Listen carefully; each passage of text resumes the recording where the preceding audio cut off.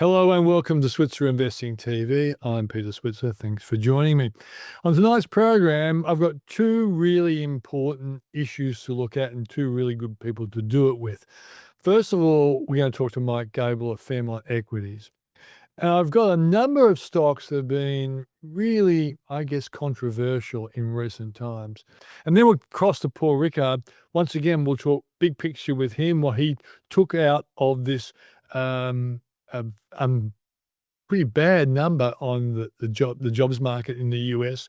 The statistician actually got sacked by Donald Trump on the spot. So that's the show for tonight. Let's cross now to Mike Gable of Fairmont Equities. Thanks for joining us, Mike. Thanks, Peter. Now, this is to me, to the audience out there, they might not realize how exciting this is for me, hanging out with you. Now, yeah, and we know that Mike is not an entertainment showman, but his charts are really important to me because when I'm looking for stocks I want to invest in, I want to know if the macro environment suits. I want to know whether the fundamentals of the company are good. And I also want to know if the charts are pointing to a positive outlook or a questionable. And that's why Mike Gable is more interesting in my life than you would expect. So, Mike, thanks for being here. Right. I thought I needed to put you into context. Thank you. You're bigger than just charts. All right. I thought everyone knew me by now. Yeah, but I don't think people have appreciated how important your offerings are because it's technical. Yeah. Yeah, it's like mathematics teachers. No one likes the maths teacher unless you're really good at maths. But this is really important. So we always start off with the biggie, S&P 500, the US market. Yep. What's it telling you? Look, early warning signs that we might just get a bit of a consolidation, which makes sense. I mean, we've had a massive run off those April lows. This is a daily chart. But yeah, look, early warning signs. And why I say that is I've put up a couple of moving averages that the S&P 500 and the Nasdaq tends to respect fairly well, and that's the 20-day and the 50 days. So what is that a moving average for people to understand? You basically look at where the index finished over a 20-day period, and you get that average. And if it's above it a lot, that's a really good sign. If it's below it, it's not a great sign. Yeah, exactly. And look, I think if you're looking at sort of long-term charts, usually the 200-day moving average is the best thing to look at. But I don't have it shown here, but the 200 days all the way down here. Yeah. So if you're trying to make decisions and you're waiting for the market all under the 200-day moving average, you're going to give up quite a bit of and you need a really major problem for the market. Like, for example, if the news over the weekend ended up being a recession, we could see a big fall. Yeah, and look, at the end of the day, I think, the market has good prospects looking out sort of 6 months, 12 months. Long-term views with you. Yeah, interest rates, very restrictive in the US. Fiscal policy's pretty loose. So, when those two marry up, I think the market can do very well. But in the short term, there's been a few things that the market will get worried about, especially considering that it's all the way up here now. Looking for excuses to sell off. So, look, first warning sign that we're going to get some sort of weakness from here, because we've closed under the 20-day moving average. That was on Friday night. Yeah, we've got clients holding a Nasdaq ETF. So today we're selling half of that position just to take a little bit of risk off the table. If it falls under the 50, then I'd be selling the rest. And then I'd be looking for a fall all the way down towards the 200, which, as I said, I'm not showing, but it's around here. Yeah. And then we'd be looking for reasons to buy the dip. So you're saying if the S&P 500, which now is at what? It's up at 6238. If we go around the 5,700 or so, you'd be thinking, might be time that use as a buying opportunity. Yeah, look at and the index does have pullbacks every year, and if we could maybe get out a little bit early and happy to sort of buy that dip, then I'm totally with you. When Paul Rickard and I get together, we'll talk about the reasons why. Like you, I'm a bit nervous short term, but long term, I'm going to use any sell as a buying opportunity. Let's go to the local market now. Yeah, so our market looks, a little bit different in that we haven't had that smooth run in this phase of the market. So we're talking sort of from June onwards. It does seem to be sort of stepping higher in a bit more of an orderly way. We've sort of come down to what looks like a support level just above 8,600. At the moment, it looks like we're going to bounce from that. I think if we don't, then there's also very good support in the 85. So there's plenty of support levels, I think, for our market. Can our market potentially outperform the US over the next several weeks if the US does pull back?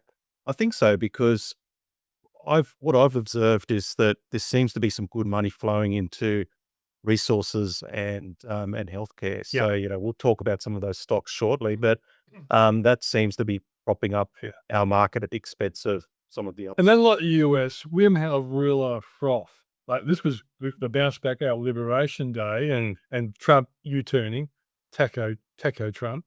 Yeah. Trump always chickens out, and thank God he did, because that helped the market. Now, I think this has also been the period where they were thinking, well, how big is the tariff going to be on us? And when it came at 10%, I thought, you little you, I'm ready to buy. Yeah. But that recession, or that unemployment number in the US worries me a little bit, and I guess you're starting to see that in the index as well. Yeah, the unemployment number, the US manufacturing PMI, not great to see it drop down. I think 48 is where it is at the moment. So a few things to get, to give investors reason to take a little bit off the top. But I think our market will hold up. Okay. So our view, both of us, is short term could be a bit tricky. Yeah. Long term, we're positive. And so let's have a look at some stocks that might have value long term if they come off the block. Xero, of course, had that share purchase plan. Great company. Yeah. Yeah, look, I mean, Xero, interestingly, since the lows in 2022, it's been trading in a fairly well-defined channel. It is in the middle of that channel at the moment. Obviously, if we ignore that sort of Liberation Days or 2 days there, it's pretty much respected that channel. This is a weekly chart. So, look, I think with the latest acquisition, there's a few more sort of uncertainties around the stock. I think it sort of valuation wise, it's not a scrutiny buy. So it is one I'd be looking at buying.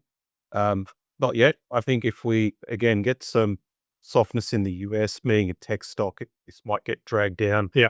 Maybe towards the bottom of this channel, towards that sort of 160-ish level. Yeah. And I'd be looking for a buy around there. Yep. Totally on board with you. Right? Great company going forward. And as always, a fantastic buying opportunity if the market gets a bit nervous. Let's go to the next one now. ResMed. So we could see. Remember when people said ResMed's in trouble because fat people weren't going to snore anymore. That's right. Because of Ozempic? What if that was there? We did really well. Yeah. Hopefully, Yeah. a lot of our viewers did as well. Yeah, well, we're talking about that. But yeah, look, what it's doing now is it's breaking to new highs, and in the short term, it's gone up sort of vertically here. So on this weekly chart, That was a great reporting moment too, wasn't it, for the company? yeah, last week. Mm. So we could see that in a few weeks, it's traded from around sort of $39 up to, touched 44. So big move. I wouldn't be surprised if you get a little bit of weakness in the short term, but longer term, this is very, very attractive. And that's because we could see that it's only broken above the 2021 peak recently. So a general rule of technical analysis is the longer a stock, consolidates or trades sideways in a range, the bigger the move when it starts trending again. So because ResMed has effectively made no progress for a few years, especially if you bought there, now that it's breaking out, I expect a pretty decent move, and that dovetails back into what I said earlier about, the market seems to be happy to start buying up healthcare stocks again. Yeah. So I think ResMed is a buy on the dip. Yeah, most definitely. Who's your first, ladies and gentlemen? The great Mike Gable. Next one, please, and it's MSP, Mesoblast. And this is a stock that really brought me undone, but I kept it. Yeah. And I'm now in the money, thank God. Probably bought more around a year or something. I think it drops, but it's come good. What are you seeing at the moment? Yeah, look, I know they've had some good announcements recently, sort of back end of last year, especially. Look, not one I follow. Obviously, it's been pretty volatile. Well, FDA approval, really hard to get, and they've got it now. And I think their sales, there's part of the reservoir, and that's done well. Yeah, the sales have quite shocked the market, but it's still a tricky stock. yeah. But look, if I'm just looking at the chart, I'd say that it actually looks like a buying opportunity here. So you've had this sort of period where it gave back those gains, formed a bit of a base, broke higher in July. Now, what's really interesting is, a stock like Mesoblast, when it in the past, and this is true for a lot of small stocks that have underperformed over time, is when they make big moves like that, people usually use that as an opportunity to get out of there. And after a big move up, it tends to give back a lot of those gains. The fact that a few weeks later it's still hanging in up here, so that initial move up brought the stock towards 240. The fact that after a few weeks it's still hanging around 240, that's a pretty good sign. So it's showing that those that are in the stock are not taking advantage of this move. So I think that there's further upside. And if you like the business, to me this looks like a buying opportunity. Yeah, to me, it's been one of my real speculative plays, and I hung in there, and they got approval. They started selling. It's kind of like a company actually coming good. So it's an interesting one. I'm glad to hear you say it looks a bit like a buying opportunity. Let's go to the next one now, and that is Telix. Interesting company. Like, it does really well, and it goes up, it goes down.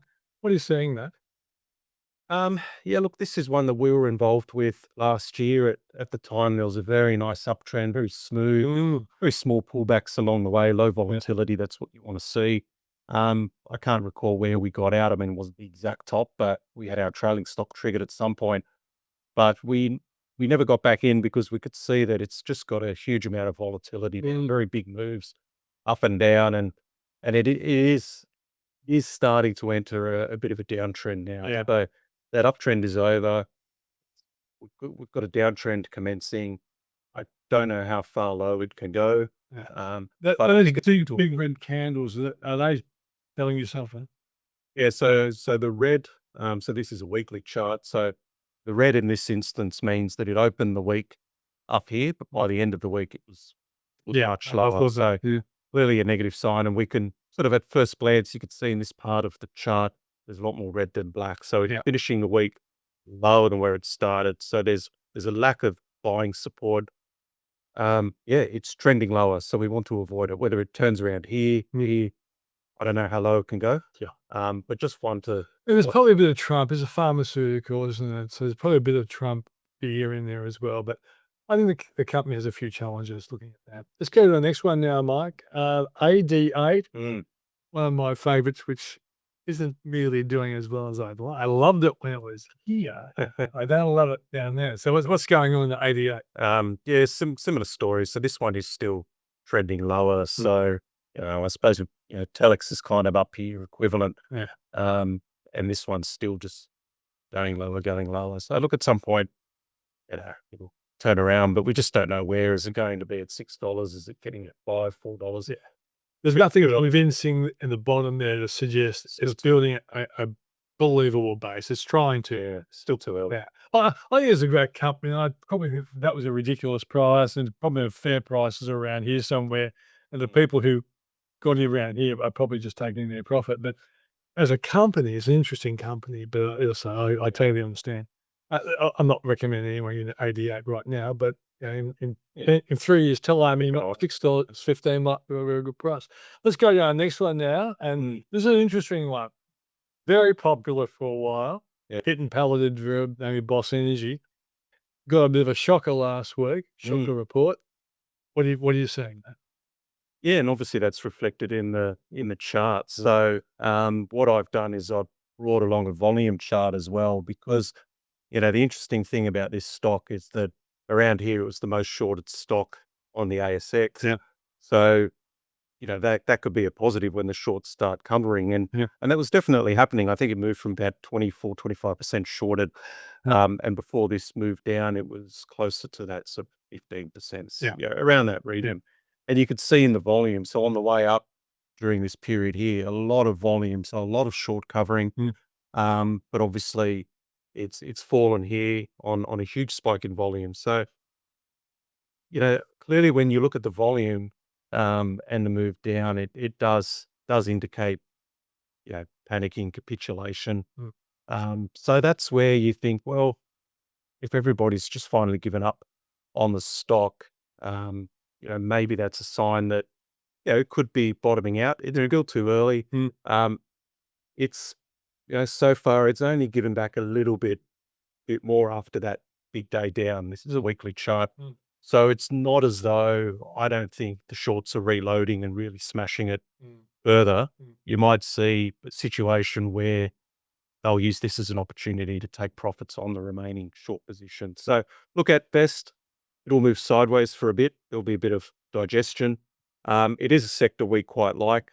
Fortunately, sometimes there's luck involved in this game. I mean, we got out close to $4 on our trailing stop, and we've moved into the uranium ETF. Yep. So I still really like the sector. Did the ETF cop it on Friday because of loss energy?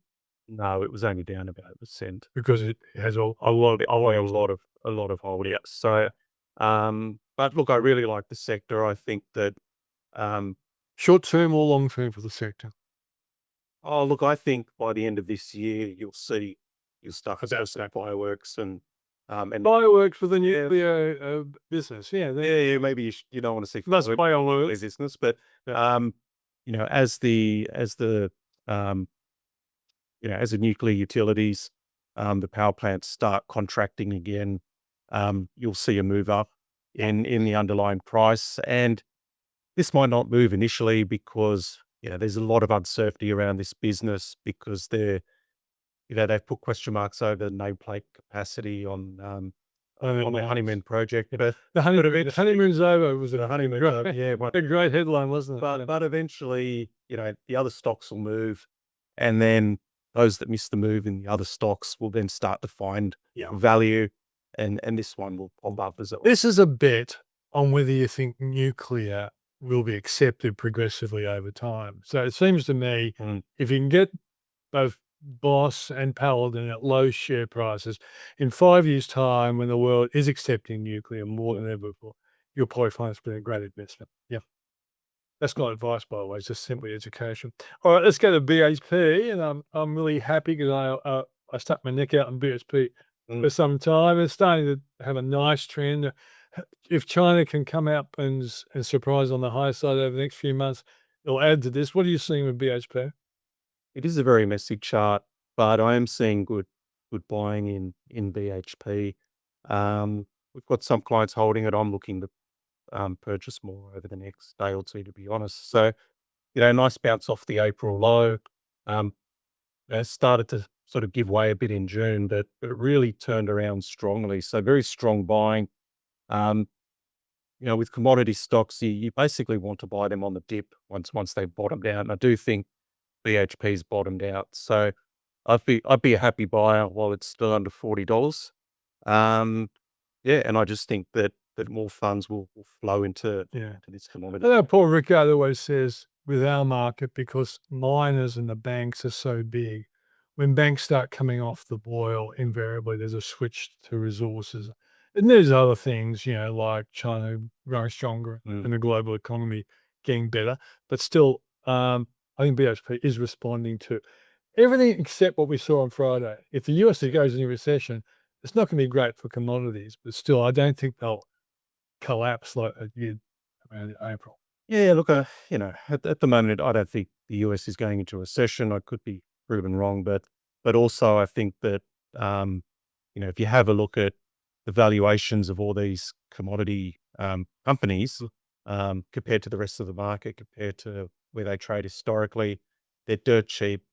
No one owns them. Everyone's chasing it. I was trying to come up with another zero. No, I like it. But look, all the money's flowing into other areas of the market, and as they get crowded and the money moves out, they'll flow into these areas. Yeah, totally on board. Okay, no, I particularly brought CBA along because, as I say, is CBA coming off the boil? It seems to have a day or two where it gets bought again, but I feel as though the trend is more down than up. Yeah. Look, I think it has turned around. I think when we, obviously we've looked at it most times. Regularly. And I've been bullish on it. I mean, even last time I was here, I think was in early July. And my view is, look, it's holding in there. It might have another move higher, but I have since changed my tune. So we could see that there was a major support level here, this blue line that was broken in CBA. So now you've got this pattern here, which is a bit of a topping pattern. at least for the short term. And this curved line is the 50-day moving average, which, it usually respects. I mean, there was a period here where it was obviously a bit all over the place, but generally when CBA trends, it tends to respect that 50-day moving average. So, And of course, this is really around Trump's tariffs and inflation. yeah, so in some ways you could almost ignore that because the whole market looked ordinary back then. But, the market has been trending higher, apart from the last 2 days in the US, and CBA has been underperforming. And I think that, as I said, the money's been flowing into other sectors. So, two, I guess, major levels there that have been broken. So I've actually, I think it was a couple of weeks ago, we've sold our CBA and we've rotated that into CSL. So I think there is weakness ahead. CBA, I don't know how low it can go. Is it only going No, to? go with my next question. You killed my next question. Yeah, look, it's impossible to know. There's a lot of loyalty to CBA, isn't there? A lot of shareholders aren't going to sell it because they bought it at 50 or 60 or something. Why would they do it? No one wants to pay Yeah. tax, but it doesn't. So CBA can underperform for a period of time. It doesn't mean that it's going to go all the way down to $100, but you might find that we're looking at CBA in 6 months from now and it's still here, but the rest of the market's up there. So I wouldn't be surprised if it got to 160, 150, and I'd be a buyer. Yeah. Okay, let's go to the next one. And this is an interesting one. I've got a bit of a conflict of interest here because a company that I have a significant shareholding brought this American fund manager, WCM, to Australia. And this is an ETF on their investment strategy. There's also a LIC called WQG in the market as well. But it's really done very well. These guys have averaged about 15% return since inception. I think they're about 20 or 30% last year. So they're really a good performer. But recently, there was a big fall in price in one day. And that was because they paid a massive distribution. And this is what these ETFs do, don't they? They actually pay out after a certain time what they have to pay out, what they've made over and above their acceptable return. So, but I wanted like to say, well, what's the trend around this stuff? Yeah, it's still got a great trend to it. So this is a weekly chart. And when you do see big moves, such as that week, about a month ago, Yeah. it is important to try to understand what they are because, if you do just look at the chart, you could be led astray, just as we're looking at other charts earlier, like Xero that had the big dip because of Liberation Day. Yep. If you saw that, you'd wonder what was going on with Xero. But if you understood what was happening, you'd know to sort of put your hand over it and know that it doesn't really count in some respects. And I think the same's true here. So if it wasn't for that distribution, it would still be up here. And even after that distribution, it's come back to what looks like a major support level. So, to me, you've got an uptrending stock. It's maybe towards the bottom of that trend. So this is where you'd be looking to buy it. And again, you've had the big pullback because of the distribution. The shares haven't gotten any worse from there. They've held in, so it shows pretty good. And I think that there some people who thought, okay, I did really well out of it this year. The share price rose now, got a big distribution. Why wouldn't I buy more and start picking out people like the market does it? These guys have they're very good performance. History is never ever 100% guide to what's going to happen. But I always say, if you haven't got the history of a fund manager being really good, what else have you got? Yeah. Guess what? That's right. Yeah. You can't predict the futures. No, I can't. Yeah. Okay, let's go to the final. This is your favorite. You always come with your favorite. Another one I've been sticking my neck out on. It's starting to come good. I'm really glad to see you're liking it now. Tell us what you're seeing. Yeah, so this is a monthly chart of CSL, as I touched on earlier when we got out of our CBA and we got back into CSL because it has been range bound, as we know, since COVID, and it was back towards the bottom of that range, and I could see that, not just with CSL but with other healthcare stocks. So we're also a buyer of Cochlear. Yeah. Recently, we saw the chart of ResMed as well. So the major healthcare stocks are seeing good flow of funds back in there, and that gave me some confidence, extra confidence to buy at the bottom of the range. So, at worst, I think CSL heads back towards the top of that range, which is around maybe 310, and we can reassess. Is it going to continue doing this for a bit longer? we don't know. But yeah, coming back to my point earlier about stocks that go through consolidation periods, when they do break out a trend again, the moves tend to be bigger if it's been in that consolidation period for a long period of time. So in other words, CSL's been doing this for 5 years. Yeah, if it can eventually break to the upside, you're not going to get a move for a few weeks or so. So anyone trying to take profits, if it makes an all-time high, look, you'd be doing yourself a disservice because it's been doing this for 5 years. If it breaks out the top side, you'd have many months of stellar returns. And Mike, some people looking at this bunch say, well, hang on, Mike, happened here, here, and here. But you go down, you see that's COVID. Yeah, so it was making your way out. Then all of a sudden, COVID hits. All bets were off. And even though CSL did pretty well as a company, producing anecdotes and whatever, anecdotes, though both anecdotes as well.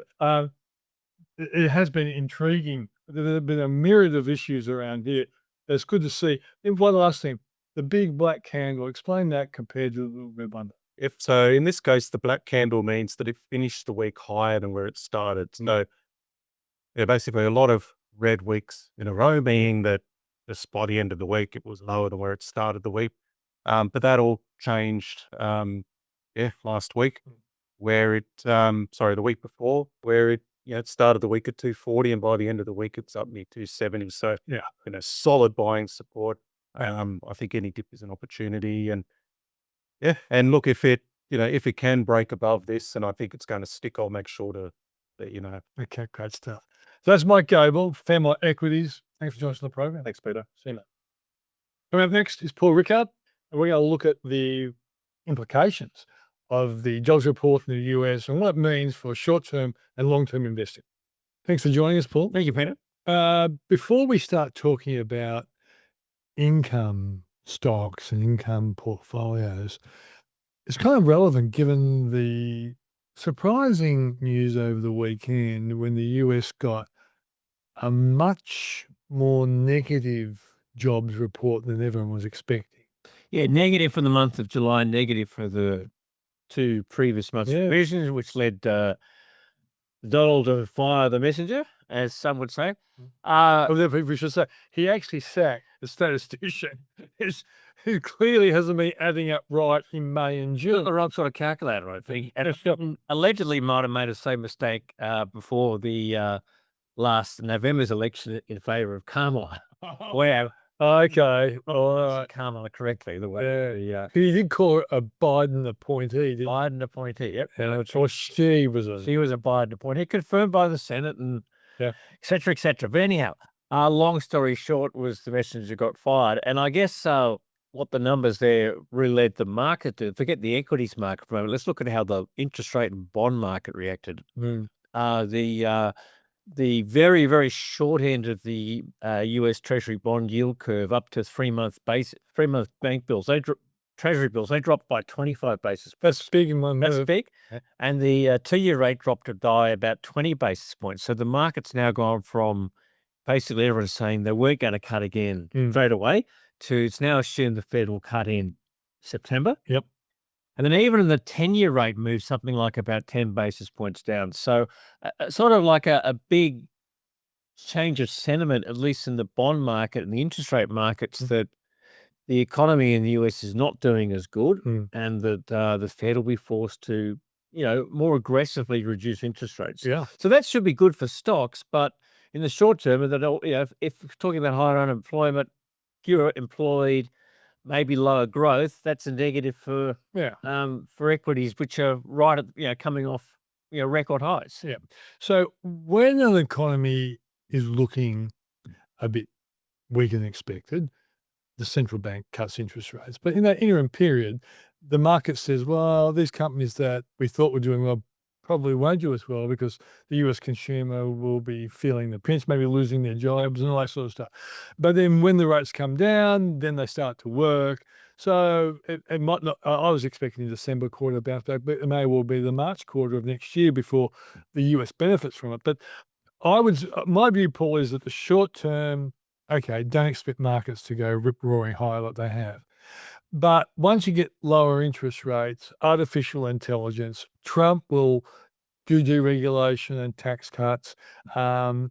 US companies have been reporting pretty well so far. Putting it all together, there's plenty of tailwinds to offset the headwind of this bad. Yeah, look, it's hard to see just this one. I mean, it's more than one bad job number because it's actually the three months, and it's also there are a few other bits of data points. A number of underemployed went up. You know, the number of people on benefits over 26 weeks went up. Why that's significant is after 26 weeks you don't get them in the US. It's a tough. Yeah. So, you know, and with, I guess, falling immigration because of what they're doing on the borders, you know, it probably confirmed what I think some people had feared. Maybe we're in this sort of stagflation a little bit, which is low growth, inflation not going away. Yeah. And that's probably the negative, Pete, I guess. Yeah. So, but it was worse than expected. And I guess, you know, in the short term, the market's going to be looking very keenly for that next interest rate. And what's interesting is that the Trump team put out a document last week, US economy booming. Yep, they're booming. Well, it's never been better. I just try to think of the way you said it. But, it's the world's best economy, right? As you'd expect. And look, to be fair, Never had stronger growth. to be fair, you've got an economy that was booming. It now has to deal with the challenge of tariffs. And tariffs make things more expensive for US consumers. And it takes a long time for stuff that was made overseas to start being made in the US. So as an economist, I've always thought there's going to be a transitional period where there would be problems. Slightly higher inflation, some businesses. By the way, a lot of businesses brought a whole lot of imports in before the tariff started. And now they wouldn't be bringing them anymore, and they probably don't need as many workers because they're going to sell off the inventory that they brought in. So, and America's labour market can be very short term, so they can bring people on and get rid of them pretty easy, unlike Australia.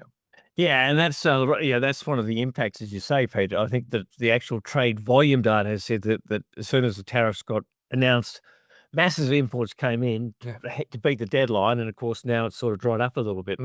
So it is choppy, and it's probably going to take a little while to get a good handle on the direction of what's going on there. But that was enough, I think, to sort of settle down the bulls for a while. Yeah. And now they're going to be looking at data to either confirm or disprove that scenario that the economy's really slowed. Yeah, and it could be just a slowdown. It doesn't have to be a recession. But some people say, well, it could be a recession, so that's why you're seeing the headlines. And one thing you can bet, Trump will do everything in his power to try and stimulate the economy so there is no real recession. And that's going to be very interesting to see. But for those people who are a bit nervous about all this, and by the way, I've been encouraging a lot of my financial planning clients who are, less growth oriented or less thrill seekers to start making their portfolios more income oriented. Now, you've been doing an income portfolio for the Switzer report for what, 8 years? How many? It's actually 11 years or 12 years, Pete. I don't think it's been for 11 years. You've had put up for that time. Yeah. As have our subscribers, I hope.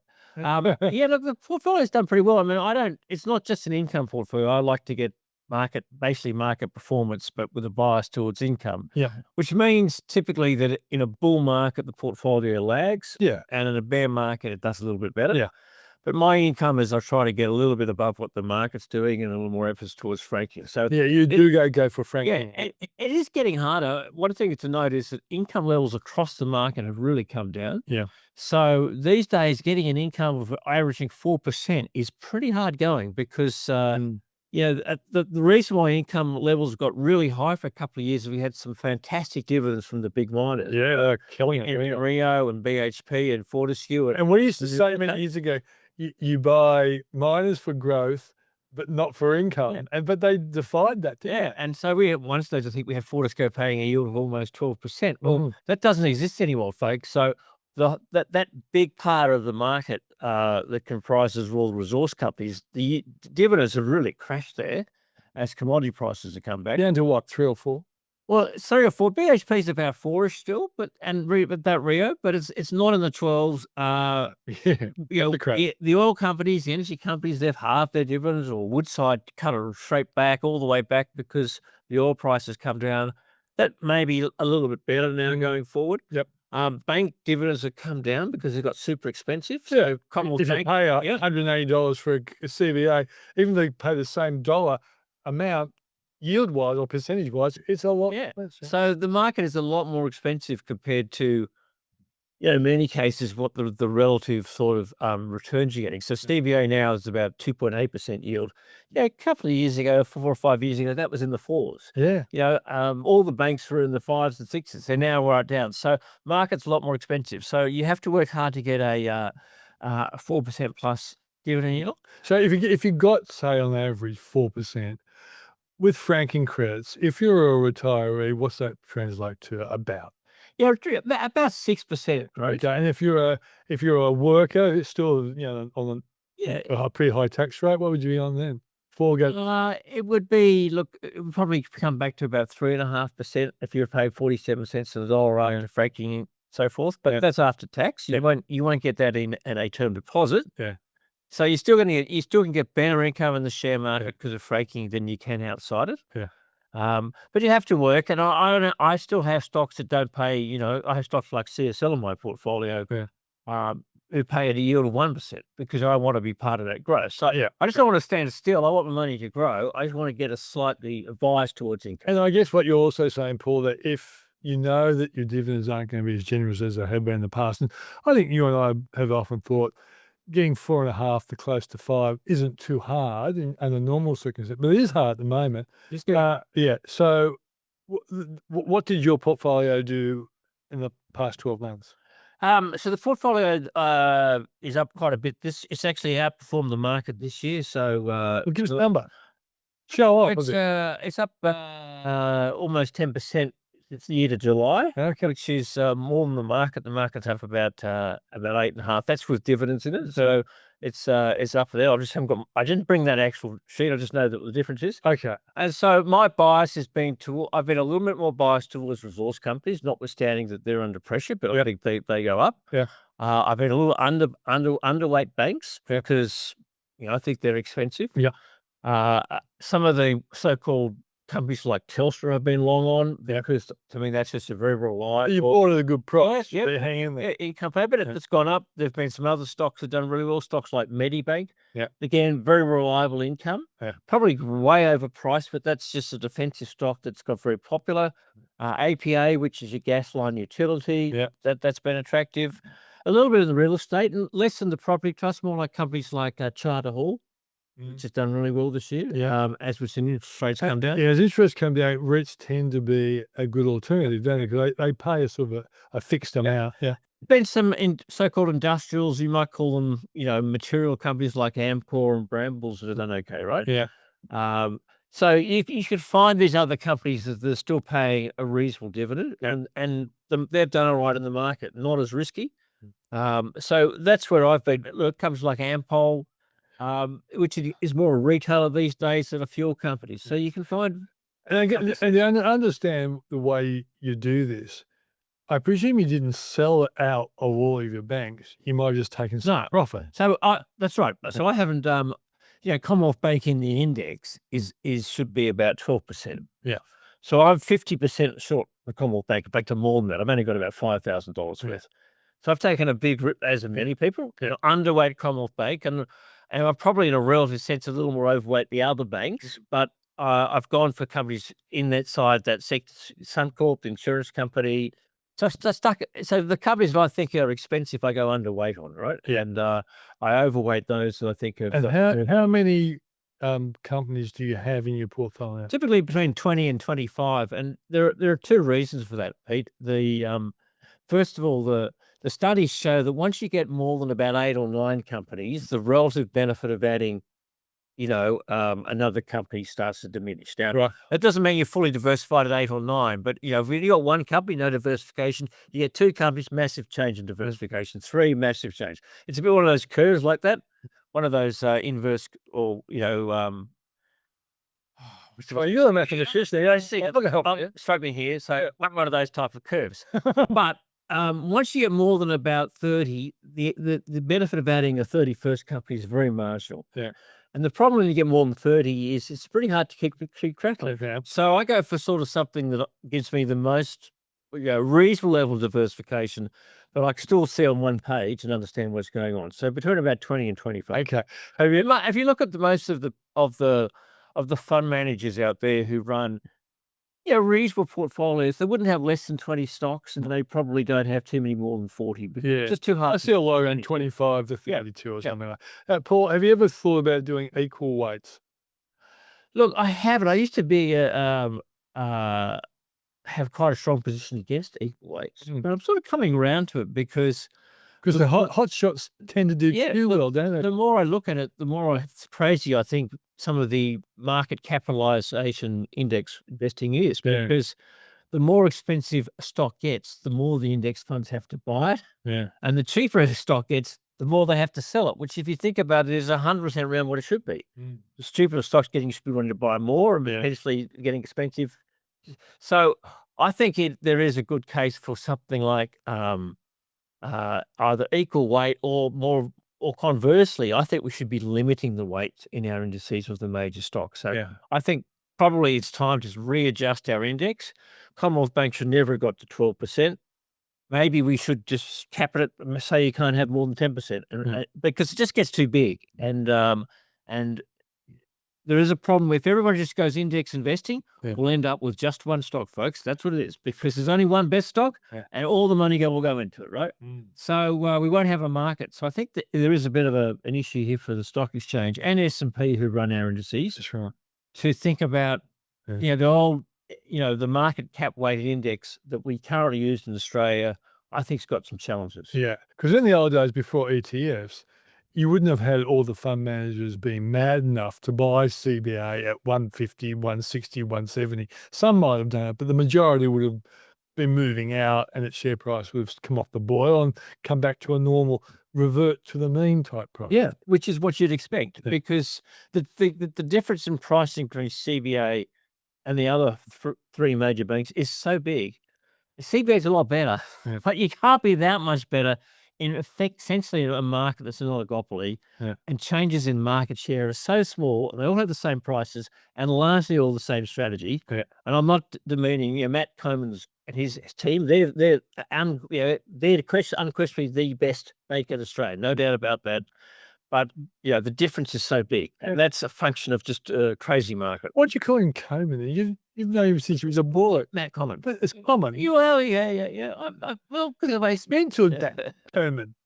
Okay. One last thing.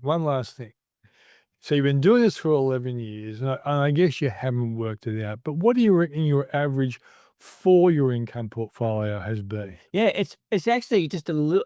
I have got the 11-year and the 12-year. Oh, have you? Oh, yeah. You intend to show off for what is good to say is that both my income and my growth portfolios have performed better than the overall market.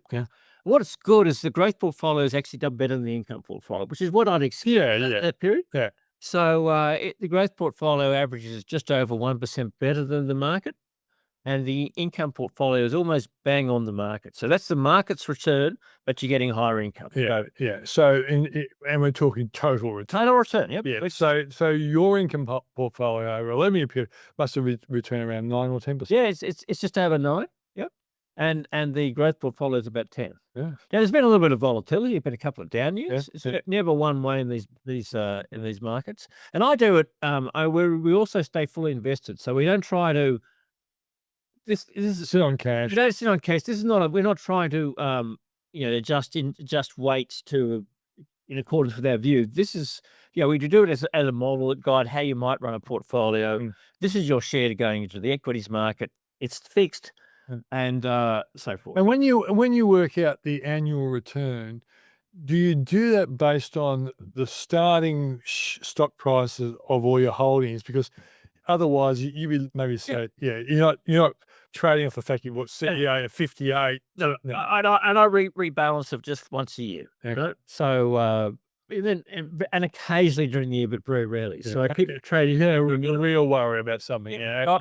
Some at the end of the year, some stocks go and some others come in. So I rebalance and reweight once a year. But that's just it is a model, and it's like any model, it's got good things, but it's 11 years, and it's quite surprising.